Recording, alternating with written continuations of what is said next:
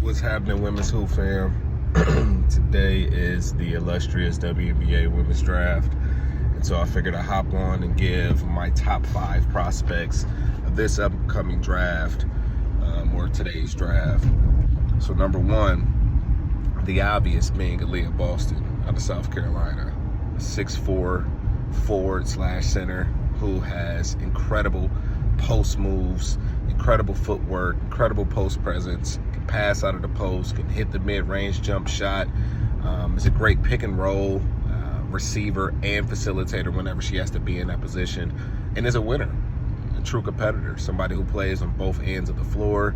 You don't have to ask her to give in effort, you don't have to ask her to be a good teammate. Those things are already intangibles that she comes with and that she brings to an organization.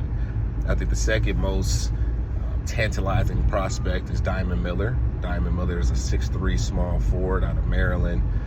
She led that team to an Elite 8 berth this year in a very competitive conference, the Big Ten, where she played against 5 other ranked teams throughout the season, and is another young lady who impacts both sides of the floor.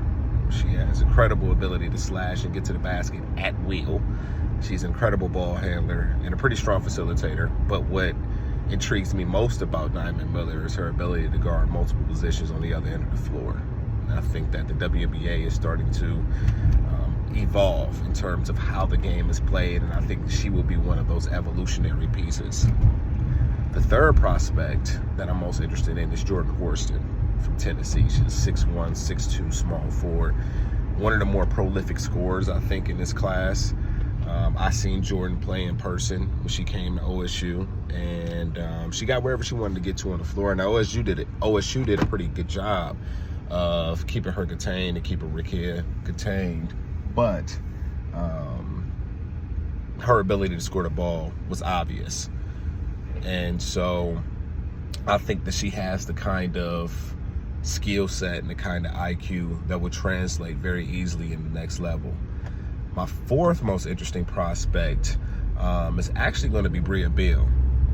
And that's because Bria Beal has traditionally been known for being potentially the best on-ball defender in the nation.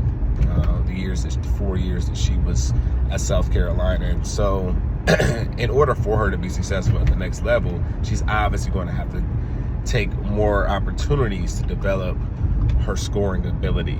And so I think that looks like her developing a stronger mid-range presence. I think that looks like her taking more three-point shots. I think that looks like her sharpening her ball handling skills, so that way, particularly in transition, she's somebody that teams can depend on to finish.